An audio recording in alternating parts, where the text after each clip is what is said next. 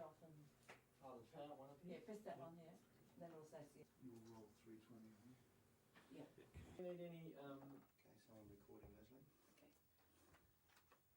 Tom, can you tell me when and where you were born? 1897 in Counter Bay, Maud Street in Counter Bay I was born. And what did your father do for a living? He was a cut scrub. He used to cut timber and he'd bark wattles. He was a labourer really. Did he have a farm as well? No, only a small block. Old Dad used to grow a lot of vegetable in his garden. And what was life like for you as a young boy? That was quite good, really. I used to, even when I was 7 or 8, I used to go fishing. I'd go and catch a few fish. just wait for a plane anyway, so you can hold there for a second. Recording? Tom, could you tell me some more about your childhood, the other things you used to do?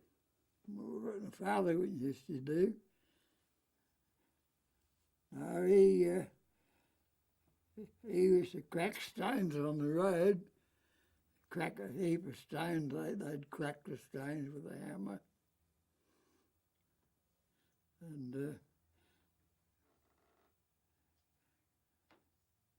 yes, he'd work at any labouring jobs that were going. Old Dad he'd do. Was life tough for you as a young boy? No, I left school when I was 12 and a half, and I went to work for a chap that he used to breed polo ponies. I'd help him train these ponies. Yeah, well, then I was 15. I went to cut scrub with the old Dad. Yeah, I worked with him, and then when I was about 17, I think I went to work for a blacksmith at Sandy Creek, and he learnt me how to shoe horses and do a bit of blacksmithing. Had you always grown up around horses? Anyway, Had you always grown up around horses? eh? Were horses always part of your life? Eh? Horses, I'm just talking about horses. Yes. Were horses always part of your growing up? They were, yes. Can you tell me about that? Yeah,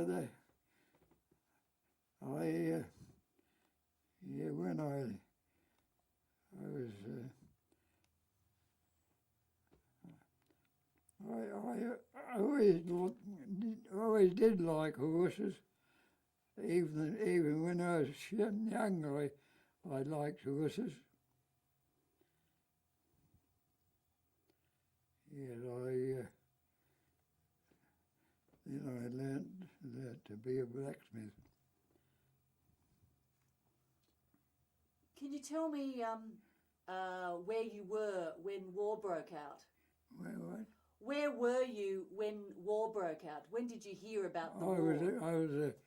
I was working for the blacksmith when the war broke out, and when I was I turned 18, I decided to enlist. Yes, I went 3.5 years overseas.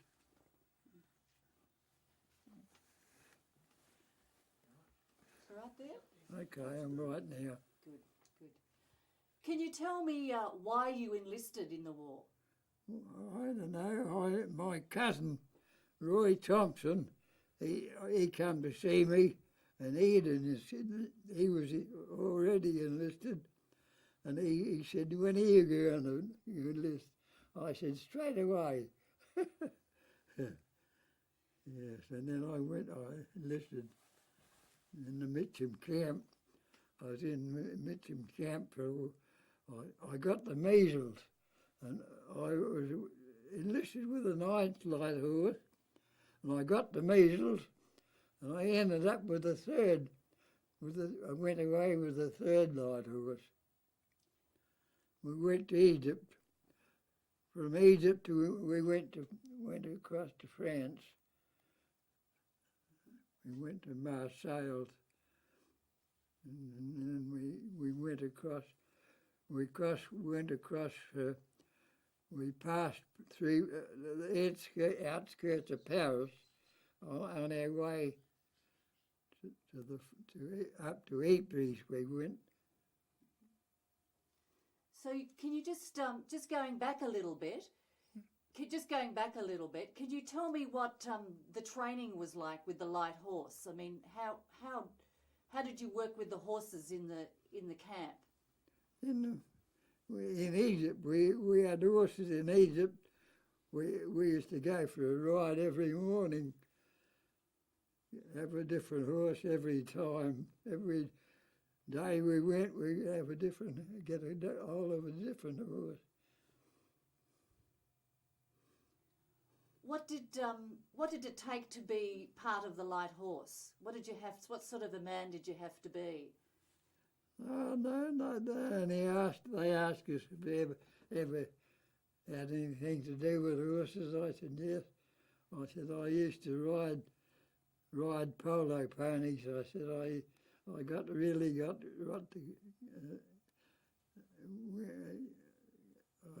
I'd done all right when I was riding the ponies. Was there much difference between you and other horsemen? You know, some of the blokes from the bush. Oh, some of them had never seen a horse. I don't think. Otherwise, they would. We'll just stop a little bit. Tom, I just want to know if there was much difference between the Bushmen and yourself as far as being in the light horse. No, I worked. I was in the city, and they were in the bush. But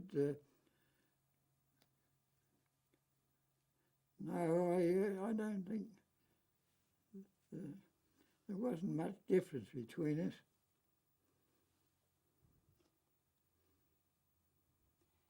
You were saying before that some of the men didn't seem like they'd seen a horse before. No. Can you tell me about that? Yes. Yes, some of them, they worked, they were in the city most of their life, and they had never seen a horse, but they took a liking to they thought they might like a horse. Who were the best light horsemen? The boys from the bush, or were there any? What sort of people were they? Well, most of them were good, fairly good riders. From the ones that come from the bush, they'd had a lot to do with horses. But some of the city boys used to go for a ride, to go for a ride, get a horse, get hold of a horse and go for a ride. But no, I think the Bushmen were the best riders, really. And what were they like as people? Were they rough and tough because they'd come from the bush? Yeah. Yeah, they were good. They were a bit tougher than the city boys.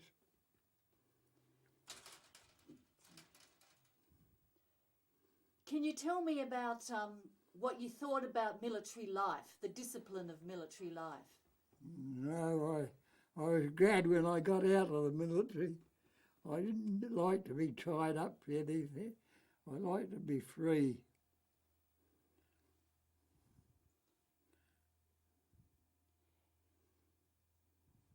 Did you think there was too much discipline? Yeah, I didn't like the discipline. How did you react? How did you react to being told what to do? I don't know. I didn't like it. I know. I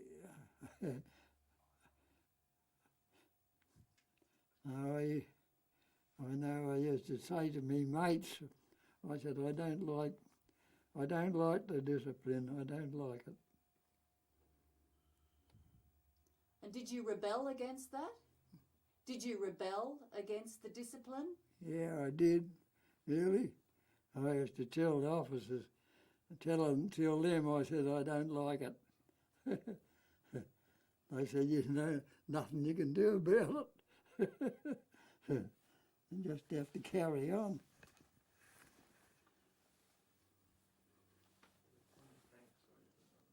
Did they play any pranks on you?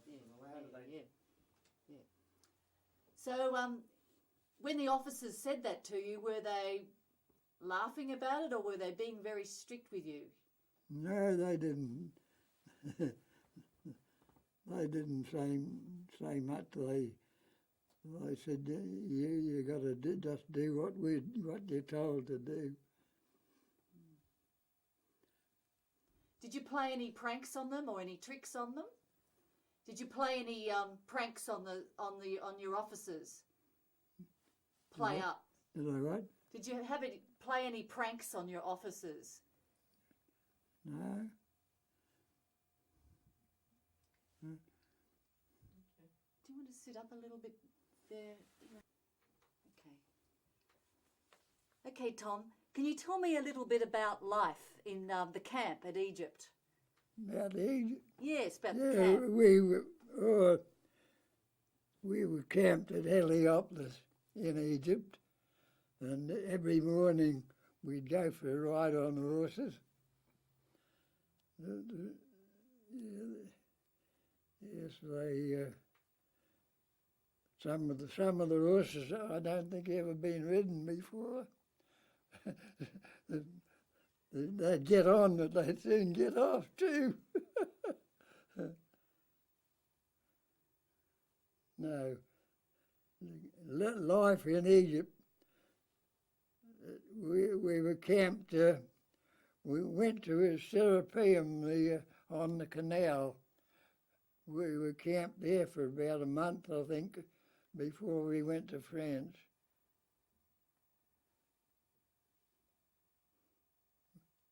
Yeah, we went across from to Marseilles, and from Egypt to Marseilles. We got a fright one day. We thought it was a submarine, but it wasn't. It was only a bit of junk wood, only a bit of wood floating on the ocean. Yes, we thought it was a submarine. We all got a fright. Tom, can you tell me in Egypt, what were you thinking about? Were you all just sort of wanting to go to battle? I mean, what was going through your mind? Was it a big adventure, or tell me how you felt? Well, we all felt eager to get to France to find out what was going on. Yeah, we went to Egypt. We went into camp for about a month, and then they took us up near the front lines, and we had to be on duty near the just back behind the lines. They put us on duty there. Can you tell me, when you got to France, you were no longer with the light horse. What did you have to do? Oh, when we left the horses behind in Egypt, and we had to go. We joined a bicycle corps. We joined up there with them. There was about 600 of us. We joined up in a cyclist battalion. And they ended up as Lewis gunners in the finish. Can you tell me why was there a cyclist battalion? Why were they formed? Do you have any idea? Yeah, I think to carry messages, messages from one village to another. That's what the bikes were for, really. And why do you think you were chosen? I don't know. They asked you, they called for volunteers to join the cyclist battalion. They thought they gave us a bike. They put us on a bike and make sure we could ride.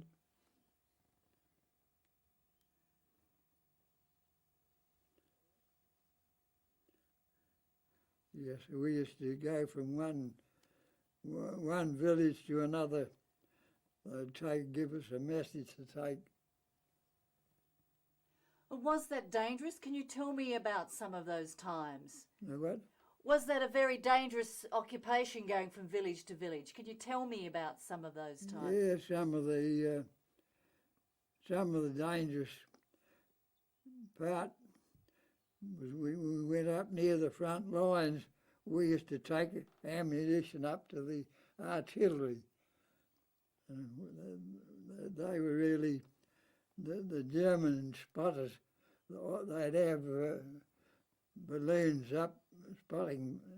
They'd spot any one that went across the land there. They could see them with these balloons. So were there very high casualty rates? Was there a lot of casualties with the cycling corps because you could see them easily? Yeah, we had a few Japs killed. Like the German bombers used to come over now and then and skittle a few of us. You were then trained as a Lewis gunner. Can you tell me about that? About being a Lewis gunner, yes. Well, I can tell you about one incident that happened. Early, we were all, there was half a dozen of us that camped outside of a big military camp there. They had the military and artillery, and we were camped. We were camped to guard this machine gun, guard the guard. We got to have the Lewis gunners. We had to be there to guard the dump. And early one morning, there were two of us in with a machine gun, and we heard a German bomber coming. We heard him coming. Oh, he must have been a mile or so off when we heard him, and he dropped a bomb a couple hundred yards from behind before he got to us, and he killed a few mules. And then he'd come right over the top of us. I turned the machine gun up, and I opened up.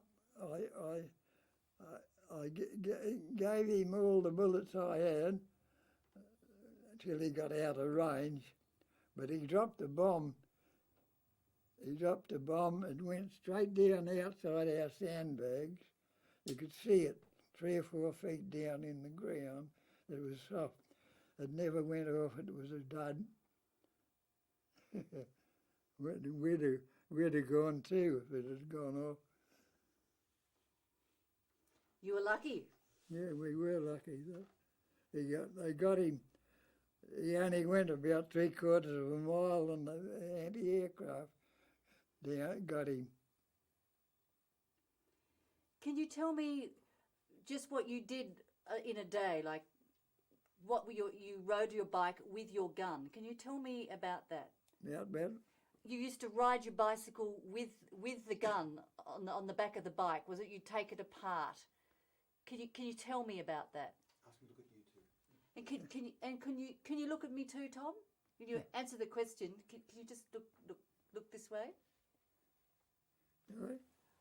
I just want you to, if you could tell me about being on the bike and carrying your gun. Oh, yeah. And can you just look up at me? Thanks. No, we used to. Every day we'd go for a ride. We'd do 20 or 30 miles. The officer in charge of us, he'd take a batch, say about 20 riders, take them for a ride. Only 20, 30 miles, I think. Every day we'd have to do that. Then we got out onto the machine gun. We had to practice with a Lewis gun. Every day we had a bit of a burst with the Lewis gunners. Then we went, a time or two we went in with the infantry on the left of the infantry with their machine guns.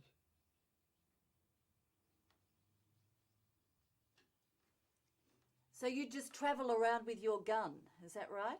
Huh? You travel from battle to battle with your gun on the bike. Oh, we used to we had carriers on our bike. We had carriers on our bikes to take the machine gun. Half a dozen of us. Everyone had a part. Someone would take the barrel, others take the ammunition and different things.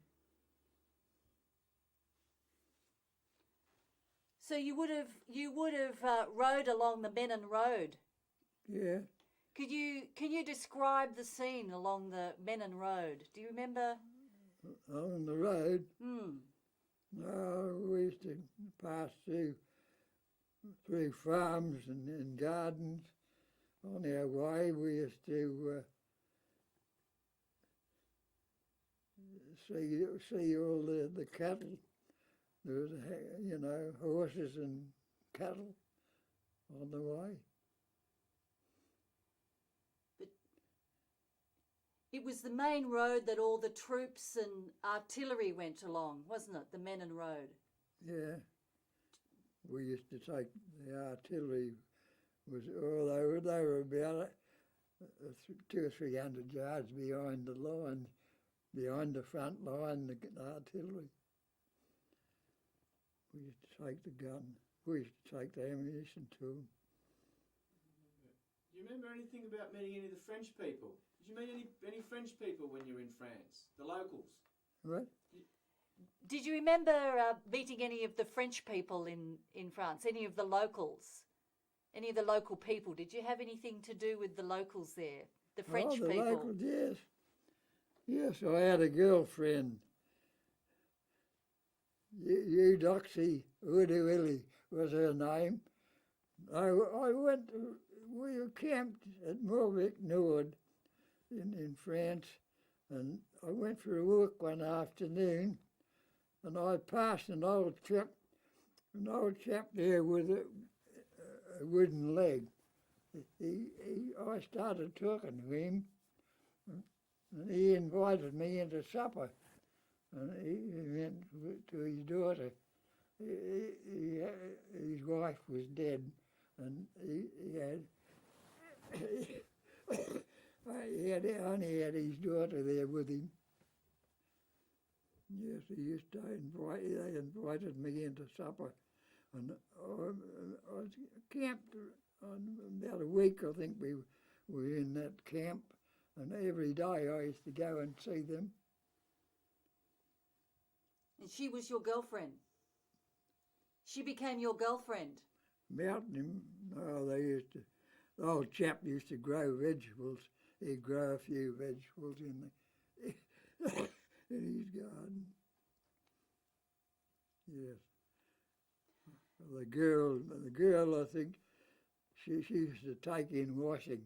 She used to do a bit of washing for the locals. And where did you stay? Were you billeted in farmhouses and places like that? We were camped. We were camped on the bare ground. We only had a ground sheet. We had a ground sheet, that's all we had. And then one blanket. They only allowed us to have one blanket.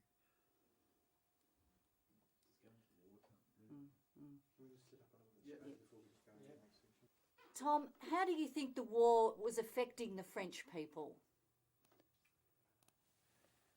I don't know, I think, I know they were very much, very glad when it finished, when the war finished. Yeah, the bombers used to come over, you know, and they'd have to go into a shelter for a while. Yeah, the German bombers would come over, you could hear them coming, and they'd have to go in underground.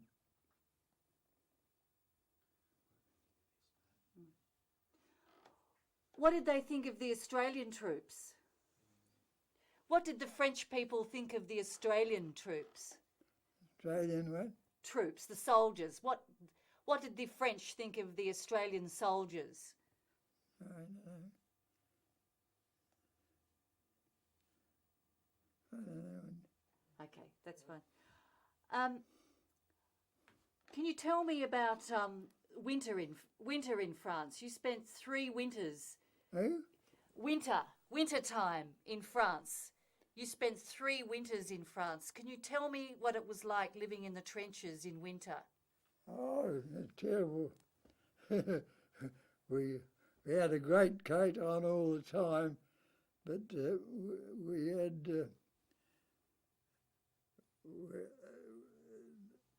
no.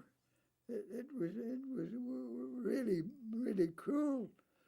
The way we sometimes of a night we'd be on duty. The snow was coming down, and yes, it was very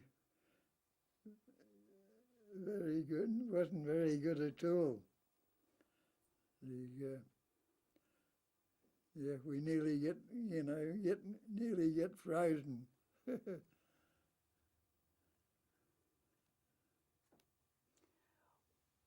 What about food? Getting food in the trenches. What about food? Food, bully beef mostly. We used to when we were out camped out. When we were behind the lines, we used to raid the gardens and get potatoes and onions of a night. Yeah.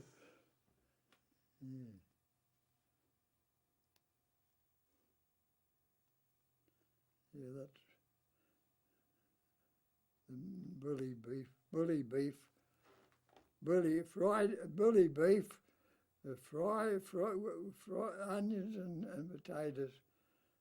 That wasn't, well, it was really good, really. We were young then, young and hungry. We'd eat anything. Sounds better than the biscuits. Yeah.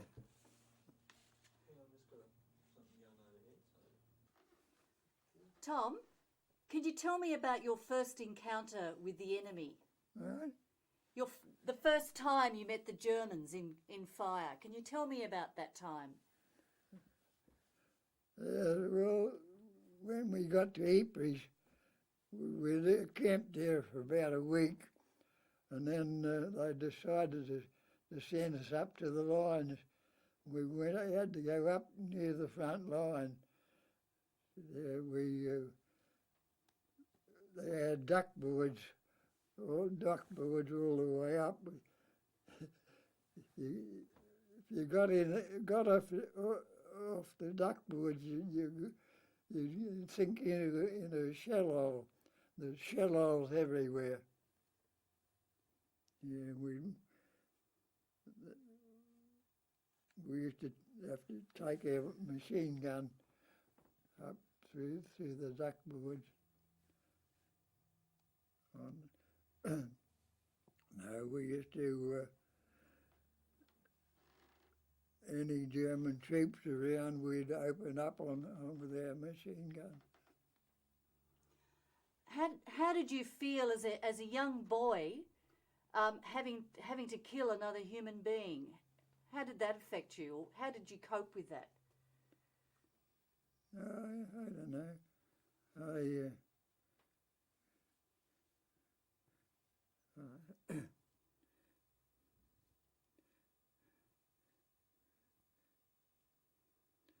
No, I didn't. No.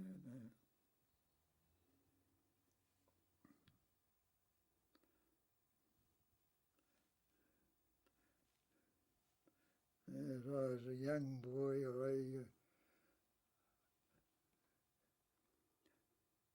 when I was a young, I was about 14 or 15. I used to start in bike races when I was a boy. Yeah, I run second in the first bike race I rode in. I run second. Then every week or so we'd have a race.